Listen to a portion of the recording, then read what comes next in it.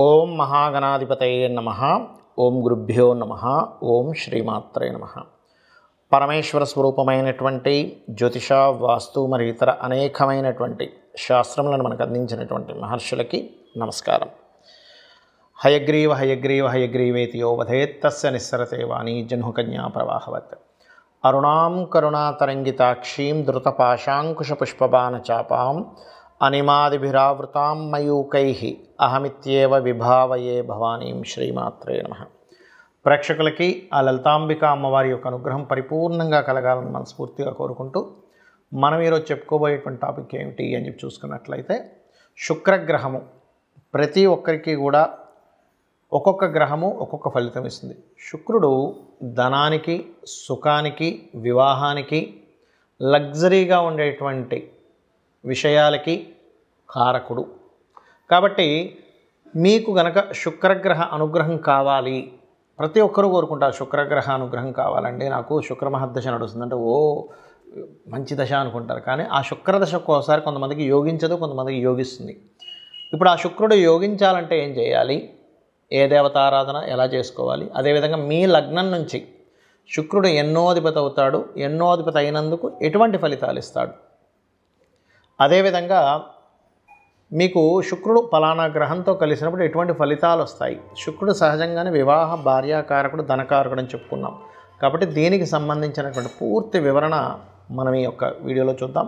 అయితే ఈ విషయాలు ఏవైతే ఉన్నాయో చెప్తుంది నేనైనప్పటికీ కూడా చెప్పేస్తుంది సాక్షాత్ లలిత అమ్మవారిగా భావిస్తూ ఒక్కొక్క లగ్నము, లగ్నం తెలియని వారి రాశి నుంచి మనం చూసుకుందాం. ధనుర్లగ్నము, ధనస్సు రాశి. ధనస్సు లగ్నం వారికి మాత్రం శుక్రుడి యొక్క పాత్ర చాలా ఎక్కువగా ఉంటుంది. ఎందుకంటే కంప్లీట్గా మీ యొక్క పూర్వజన్మని కంట్రోల్ చేసేటువంటి ఆధిపత్యం శుక్రుడికి వచ్చింది ఇక్కడ. అందుకని శుక్రుడు కనుక మంచి పొజిషన్లో లేడు అనుకోండి, శుక్రదశ వచ్చినప్పటి నుంచే వీళ్ళకి పర్టికులర్గా ఫస్ట్ ఇచ్చేటువంటి ఫలితం ఏమిటి, బాగోపోతే, బాగుంటే కూడా చెప్తాను, బాగోపోతే ఇచ్చే ఫలితం ఏమిటి అంటే వెరీ క్లియర్గా వివాహ జీవితం మీద ఎఫెక్ట్ చూపిస్తాడు ఆయన. ఫస్ట్ వచ్చి రాగానే ఒక్కోసారి శుక్రదశ రాదు, కానీ శుక్ర రాశిలో ఏదైనా గ్రహం ఉంటుందంటే వృషభ రాశిలో ఇంకో గ్రహం ఏదో ఉంది, కుజుడు, రవో, చంద్రుడు ఎవరో ఉన్నారు, వాళ్ళు రూల్ చేస్తారండి, ఇంక వాళ్ళు ఇస్తారు రిజల్ట్స్. కాబట్టి ఆ రాసుల్లో ఏదైనా గ్రహం ఉందా, లేనట్లయితే ఆ శుక్రుడి యొక్క మహాదశ ఏమైనా వస్తుందేమో చెక్ చేసుకోండి. ఎందుకంటే ఇక్కడ కనుక మీకు శుక్రుడు డ్యూయల్ సైన్ కనెక్టివిటీస్ వచ్చి, లేదా శుక్రుడు ఇంకో గ్రహానికి ఇస్తూ ఉంటాడు వివాహ జీవితాన్ని, ఆయన వెళ్ళి డ్యూయల్ సైన్లో ఉండి 12th లార్డ్ వెళ్ళి డ్యూయల్ సైన్లో ఉన్నాడంటే సెకండ్ మ్యారేజ్ కంప్లీట్గా ఈ యోగాన్ని ఫలితం ఇవ్వడం స్టార్ట్ చేస్తూ ఉంటుంది. అలాంటప్పుడు మీరు ఖచ్చితంగా మొదటి వివాహం అర్క వివాహమా లేదా కుంభ వివాహమా మీకు ఉండేటువంటి స్త్రీయా పురుషుల దాన్ని బట్టి చేసుకోవాలి. అలా చేసుకుని ముందుకు వెళ్ళాలి. ఇక అదేవిధంగా శుక్రుడు ఎక్కువగా పాడైతే ఖచ్చితంగా మీకు స్త్రీల ద్వారానే, అంటే స్త్రీలతోనే అనవసరమైనటువంటి గొడవలు, ఘర్షణలు ఏవో ఒక ఇవి జరుగుతూ ఉంటాయి. సో అలాంటప్పుడు ఏం చేయాలంటే లలిత అమ్మవారిని గట్టిగా పట్టుకోండి, లక్ష్మీ అష్టోత్తరం చేసుకోండి, లేదా ఏ గ్రహాలతో శుక్రుడు కలిసి ఉన్నాడో ఆ గ్రహ సంబంధించిన ఆరాధన చేయడము, ఆ గ్రహానికి సంబంధించి దానం ఇవ్వడం చేయండి. అయితే అన్ని లగ్నాలు వేరు, ధనుర్లగ్నం వేరు శుక్రుడి విషయంలో. కాబట్టి వీరున్నప్పుడల్లా ఎవరైనా సరే శుక్ర సంబంధించినటువంటిది ఈ రకంగా పాడింది చిన్నప్పుడే తెలిసింది, ఏది ధనుర్లగ్నంలో పుట్టారని. అలాంటప్పుడు వాళ్ళని ఖచ్చితంగా చిన్నప్పటి నుంచే శ్రీమాత్రే నమః అనుకోమని చెప్పి ప్రాక్టీస్ చేయించాలి వాళ్ళతో. అప్పుడు ఏమవుతుంది, ఒక ఏజ్ వచ్చేసరికి అంటే ఒక 25 ఏళ్ల వయసులో వివాహం చేస్తున్నాం అన్నప్పుడు ఒక 5వ ఏట నేర్పించినట్లయితే ఈ 20 సంవత్సరాలు శ్రీమాత్రే నమః శ్రీమాత్రే నమః అనుకోవడం వల్ల పూర్వజన్మ కర్మ దగ్ధం అవుతుంది, వివాహ జీవితము అన్ని విషయాల్లో. ఎందుకంటే శుక్రుడు పాడైపోతే ఏమవుతుందంటే అప్పులు ఇస్తూ ఉంటాడు, అప్పులు బెనిఫిట్స్ ఇస్తూ ఉంటాడు, కానీ అప్పు బెనిఫిట్స్ ఇస్తూ అప్పుల ద్వారా ఇబ్బందిస్తూ ఉంటాడు, స్త్రీల ద్వారా ఇబ్బందిస్తూ ఉంటాడు. ఇవన్నీ పోతాయి అన్నమాట క్లియర్గా. అలాగే బాగున్నాడు అనుకోండి,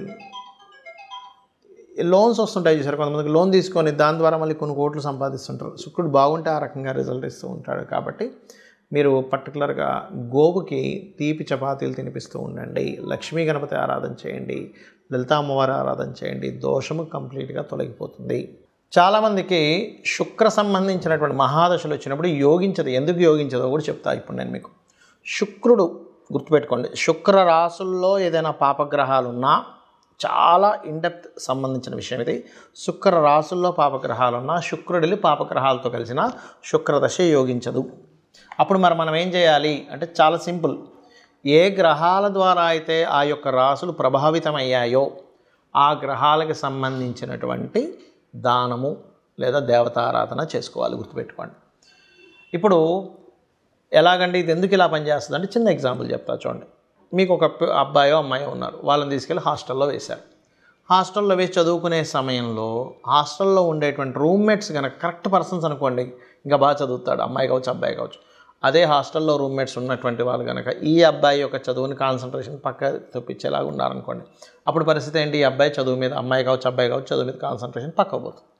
అలాగే గ్రహాలు ఎప్పుడు కూడా ఆ శుక్రరాశుల్లో ఉండేటువంటి గ్రహాలు ఏమిటో చెక్ చేసుకోవాలి, శుక్రుడితో ఉండేటువంటి గ్రహాలు ఏంటో చెక్ చేసుకోవాలి. దాన్నే PAC అంటారు, అంటే ప్లేస్మెంట్, ఆస్పెక్ట్ అండ్ కంజంక్షన్. ఇది చాలా ముఖ్యమైనటువంటిది. అలాగే శుక్రుడితో కొన్ని గ్రహాలు కలిసి ఉంటాయని మనం చెప్పుకున్నాం, దానివల్ల కూడా ఫలితాలు వస్తాయని చెప్పుకున్నాం. ఉదాహరణకి శుక్రుడితో రవి ఉన్నాడు అనుకోండి, కంబస్ట్ అయ్యాడు.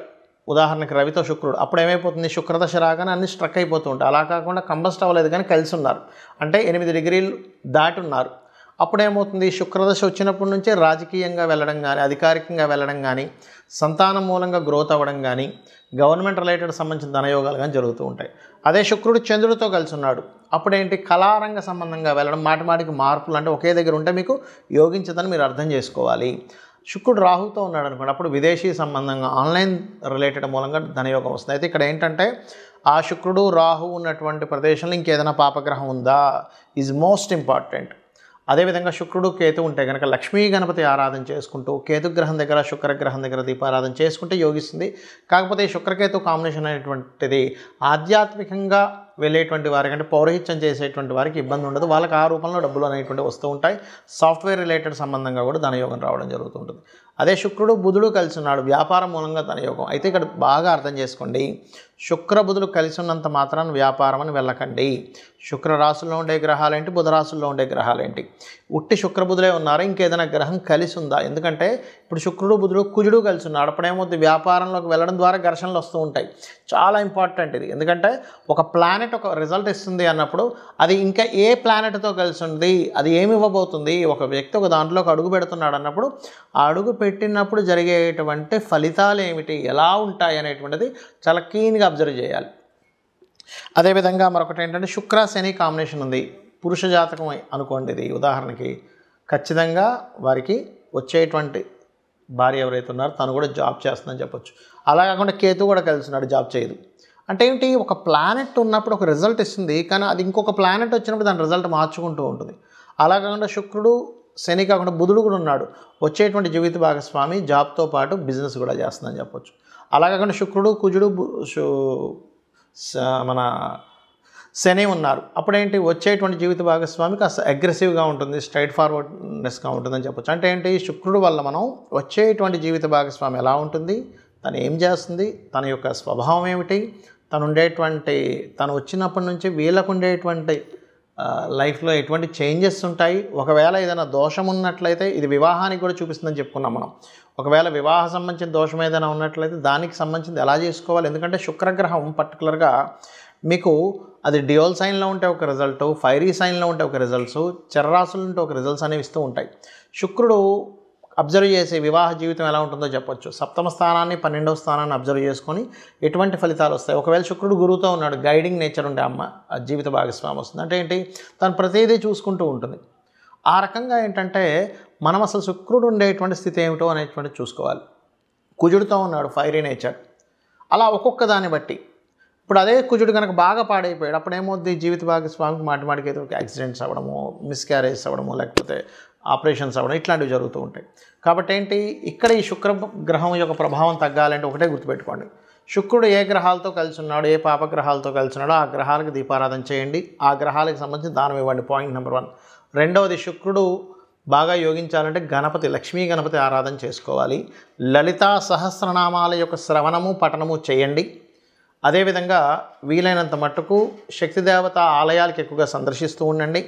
మరియు గోవుకి శుక్రవారం పూట చపాతీ, అంటే నూనె వేయకుండా ఉండేటువంటి చపాతీ మీద చక్కగా తేనెను పూసి 3 చపాతీలు తీసుకుని దాన్ని చిన్న చిన్న ముక్కలుగా చేసి శుక్రుడికి సంబంధించినటువంటి శుక్రుడు అధిష్టాన దేవత అమ్మవారి నామాలు చదువుతూ లలితాహాస నామాలు కావచ్చు, ఓం లక్ష్మీదేవి అయిన నమః అనుకుంటూ గోవుకు తినిపించండి. దీనివల్ల ఏమవుతుందంటే శుక్రుడి యొక్క అనుగ్రహం కలిగిందనుకోండి, ధనము చక్కగా సుఖాలు, భోగాలు, భార్య ద్వారా అనుకూలత, వివాహం ద్వారా అనుకూలత కలుగుతుంది.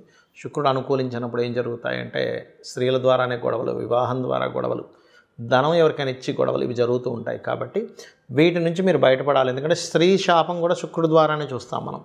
ఇవి జరగాలంటే నిత్యము అమ్మవారి ఆరాధన చేయండి. శుక్రగ్రహం యోగిస్తుంది. తద్వారా మీ యొక్క జీవితంలో సుఖము, సంతోషము, ధనప్రాప్తి అన్నీ కూడా కలుగుతాయి. కలగాలని మనస్ఫూర్తి కోరుకుంటూ శ్రీమాత్రే నమః.